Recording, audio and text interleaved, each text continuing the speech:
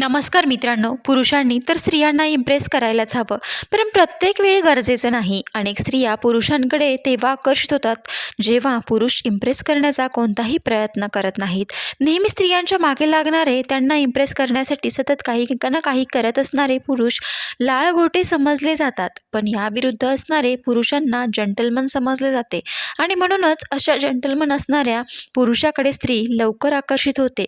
मित्रांनो, आता आपण काही अशा गोष्टी पाहणार आहोत ज्यामुळे स्त्रिया खूप लवकर त्या पुरुषाकडे आपल्याला आकर्षित झालेल्या दिसतात आणि अशा पुरुषांना त्या कधीच सोडून जात नाहीत.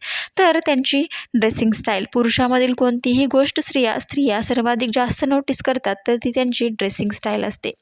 मित्रांनो, जर एखादा पुरुष केअरिंग असेल, खूप काळजी घेत असेल, जबाबदाऱ्या पार पाडत असेल तर अशा पुरुषावरती स्त्रिया खूप लवकर इम्प्रेस होतात.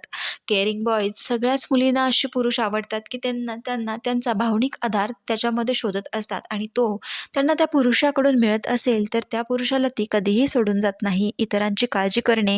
मित्रांनो, जे पुरुष इतरांची काळजी करतात, खास करून पुरुष इतरांची काळजी करतात पण बाहेरच्या लोकांची, तर असे पुरुष स्त्रियांना खूप जास्त लवकर आवडतात.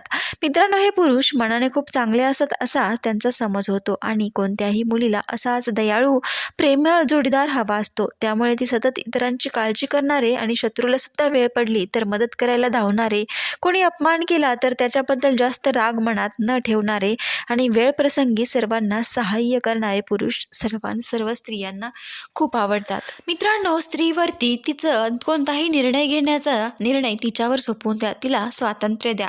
मित्रांनो, तुमच्याकडून या गोष्टी होत असतील तर नक्की स्त्रीला तुम्हाला खूप पसंत करते. व्हिडिओ आवडला असेल तर लाईक, शेअर आणि सबस्क्राईब करायला विसरू नका. व्हिडिओ पूर्ण पाहिल्याबद्दल तुम्हा सर्वांचे मनापासून धन्यवाद आणि चॅनलला भरभरून सपोर्ट करा अशी तुम्हा सर्वांना अगदी कळकळीची मनापासून मी विनंती करते. पुन्हा भेटूया नवीन एका व्हिडिओसोबत. तोपर्यंत चॅनलशी कनेक्ट रहा. श्री स्वामी समर्थ.